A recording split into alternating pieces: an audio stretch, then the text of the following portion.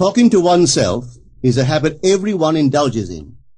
We could no more stop talking to ourselves than we could stop eating and drinking. All that we can do is control the nature and the direction of our inner conversation. Most of us are totally unaware of the fact that our inner conversations are the causes of the circumstances of our life. We are told that as a man thinketh in his heart, so is he. But do we know that man's thinking follows the tracks laid down in his own inner conversations? To turn the tracks to which he is tied in the direction in which he wants to go, he must put off his former conversation, which is called in the Bible the old man, and be renewed in the spirit of his mind. Speech is the image of mind. Therefore, to change his mind, he must first change his speech. By speech is meant those mental conversations we carry on with ourselves. The world is a magic circle of infinite possible mental transformations, for there are an infinite number of possible mental conversations. When man discovers the creative power of inner talking, he will realize his function and his mission in life. Then he can act to a purpose. Without such knowledge, he acts unconsciously. Everything is a manifestation of the mental conversations which go on in us without our being aware of them. But as civilized beings, we must become aware of them and act with a purpose. A man's mental conversations attracts his life. As long as there is no change in his inner talking, the personal history of the man remains the same. To attempt to change the world before we change our inner talking is the struggle against the very nature of things. Man can go round and round in the same circle of disappointments and misfortunes, not seeing them as caused by his own negative inner talking, but as caused by others. This may seem far-fetched, but it is a matter which lends itself to research and experiment.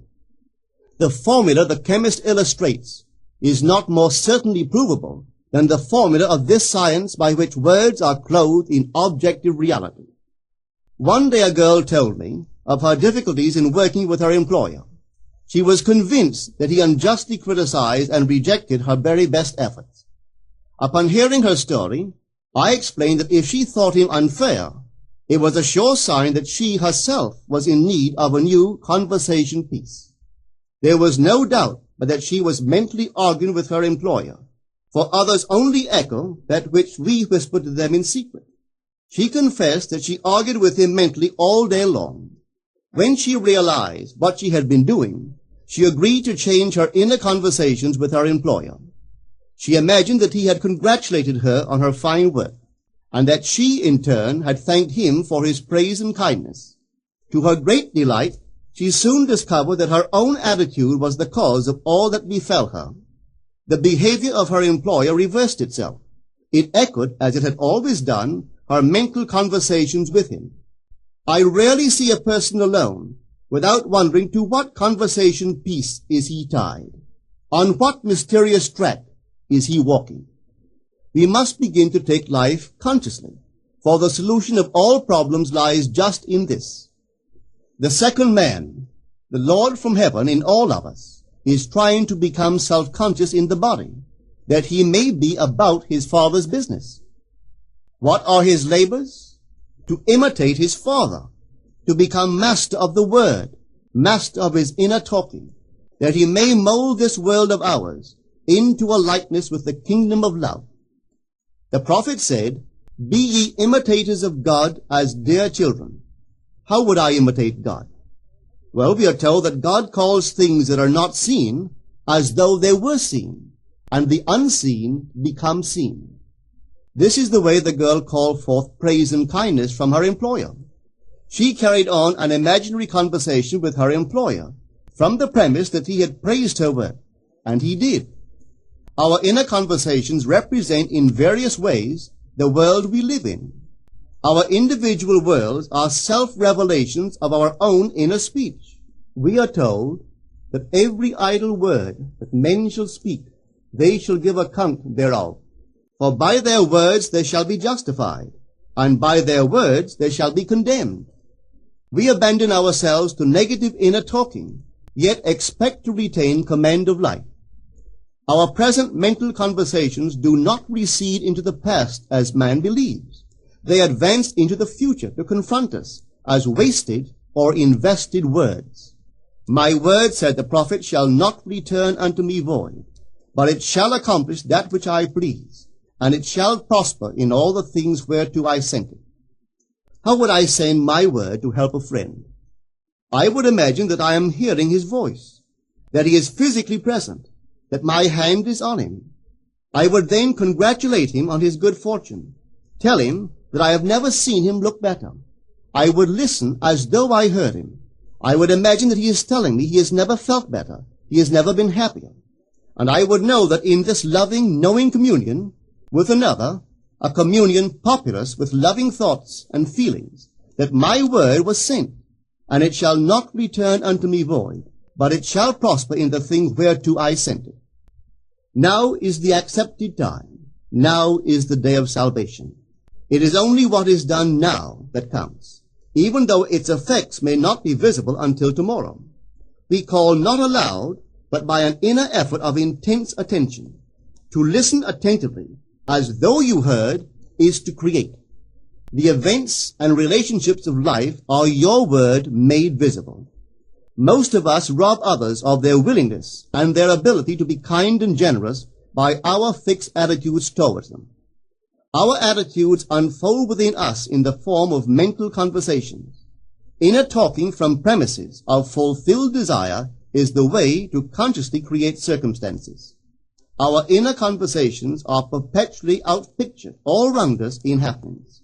Therefore, what we desire to see and hear without, we must see and hear within, for the whole manifested world goes to show us what use we have made of the word. If you practice this art of controlled inner speaking, you too will know what a thrill it is to be able to say, and now I have told you before it come to pass, that when it is come to pass, ye might believe. You will be able to consciously use your imagination to transform and channel the immense creative energies of your inner speech from the mental, emotional level to the physical level. And I do not know what limits, if any, there are to such a process. What is your aim? Does your inner talking match it? It must, you know. If you would realize your aim, for as the prophet asked, can two walk together except they be agreed? And of course the answer is no, they cannot. The two who must agree are your inner conversation and the state desired. That is, what you desire to see and hear without, you must see and hear within. Every stage of man's progress is made by the conscious exercise of his imagination, matching his inner speech to his fulfilled desire. As we control our inner talking, matching it to our fulfilled desires, we can lay aside all other processes. Then we simply act by clear imagination and intention. We imagine the wish fulfilled and carry on mental conversations from that premise.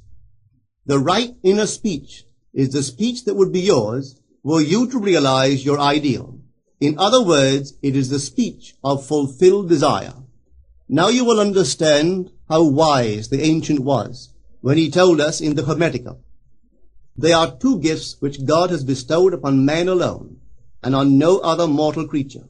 These two are mind and speech, and the gift of mind and speech is equivalent to that of immortality. If a man uses these two gifts rightly, he will differ in nothing from the immortals. And when he quits his body, mind and speech will be his guides, and by them he will be brought into the troop of the gods and the souls that have attained to bliss. With the gift of mind and speech, you create the conditions and circumstances of life. In the beginning was the Word, and the Word was with God, and the Word was God. The Word, said Hermes, is Son, and mind is Father of the Word. They are not separate one from the other, for life is the union of word and mind. You and your inner talking or word are one. If your mind is one with your inner conversation, then to be transformed in mind is to be transformed in conversation. It was a flash of the deepest insight that taught Paul to write, put off the former conversation, the old man, which is corrupt, and be renewed in the spirit of your mind. Put on the new man. Put on the new man and be renewed in the spirit of your mind, is to change your inner conversation, for speech and mind are one. A change of speech is a change of mind. The prophet Samuel said, "The Lord spake by me, and his word was in my tongue." If the Lord's word was in the prophet's tongue, then the Lord's mouth that uttered the word must be the prophet's mind. For inner conversations originate in the mind and produce little tiny speech movements in the tongue. The prophet is telling us that the mouth of God is the mind of man, that our inner conversations are the word of God, creating life about us as we create it within ourselves. In the Bible you are told that the word is very near to you, in your mouth and in your heart, that you may do it. See, I have set before you this day life and good, death and evil, blessings and cursings. Choose life. The conditions and circumstances of life are not created by some power external to yourself. They are the conditions which result from the exercise of your freedom of choice, your freedom to choose the ideas to which you will respond. Now is the accepted time. This is the day of salvation. Whatsoever things are of good report, think on these things. For your future will be formed by the word of God, which is your present inner talking. You create your future by your inner conversations. The worlds were framed by the word of God, that is, your inner talking. See yonder fields? The sesamum was sesamum, the corn was corn, the silence and the darkness knew. So is a man's fate born. For ends run true to origins. If you would reap success, you must plant success. The idea in your mind, which starts the whole process going, is the idea which you accept as true. This is a very important point to grasp, for truth depends upon the intensity of imagination, not upon facts. When the girl imagined that her employer was unfair, his behavior confirmed her imagination. When she changed her assumption of him, his behavior reflected the change, proving that an assumption, though false, if persisted in, will harden into fact. The mind always behaves according to the assumption with which it starts. Therefore, to experience success, we must assume that we are successful. We must live wholly on the level of the imagination itself, and it must be consciously and deliberately undertaken. It does not matter if, at the present moment, external facts deny the truth of your assumption. If you persist in your assumption, it will become a fact. Signs follow. They do not precede. To assume a new concept of yourself is to that extent to change your inner talking or word of God, and is therefore putting on the new man. Our inner talking, though unheard by others, is more productive of future conditions than all the audible promises and threats of men. Your ideal is waiting to be incarnated, but unless you yourself offer it human parentage, it is incapable of birth. You must define the person you wish to be, and then assume the feeling of your wish fulfilled, in faith that that assumption will find expression through you. The true test of religion is in its use, but men have made it a thing to defend. It is to you that the words are spoken. Blessed is she that believed, for there shall be an accomplishment of those things which are spoken unto her from the Lord. Test it, try it. Conceive yourself to be one that you want to be, and remain faithful to that conception. For life here is only a training ground for image making. Try it and see if life will not shape itself on the model of your imagination. Everything in the world bears witness of the use or misuse of man's inner talking. Negative inner talking, particularly evil and envious inner talking, are the breeding ground of the future battlefields and penitentiaries of the world. Through habit, man has developed a secret affection for these negative inner conversations. Through them he justifies failure, criticizes his neighbors, gloats over the distress of others, and in general pours out his venom on all. Such misuse of the word perpetuates the violence of the world. The transformation of self requires that we meditate on a given phrase, a phrase which implies that our ideal is realized, and inwardly affirm it over and over and over again until we are inwardly affected by its implication, until we are possessed by it. Hold fast to your noble inner convictions or conversations. Nothing can take them from you but yourself. Nothing can stop them from becoming objective facts. All things are generated out of your imagination by the Word of God, which is your own inner conversation. And every imagination reaps its own words, which it has inwardly spoken.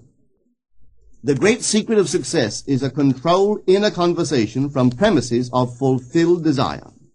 The only price you pay for success is the giving up of your former conversation, which belongs to the old man, the unsuccessful man. The time is ripe for many of us to take conscious charge in creating heaven on earth, to consciously and voluntarily use our imagination to inwardly hear and say only that which is in harmony with our ideal is actively bringing heaven to earth. Every time we exercise our imagination lovingly on behalf of another, we are literally mediating God to that one. Always use your imagination masterfully, as a participant, not an onlooker. In using your imagination to transform energy from the mental, emotional level to the physical level, extend your senses. Look and imagine that you are seeing what you want to see, that you are hearing what you want to hear, and touching what you want to touch. Become intensely aware of doing so. Give your imaginary state all the tones and feeling of reality. Keep on doing so until you arouse within yourself the mood of accomplishment and the feeling of relief. This is the active, voluntary use of the imagination, as distinguished from the passive, involuntary acceptance of appearances.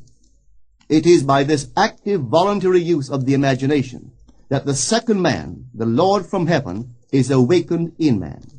Men call imagination a plaything, the dream faculty, but actually it is the very gateway of reality.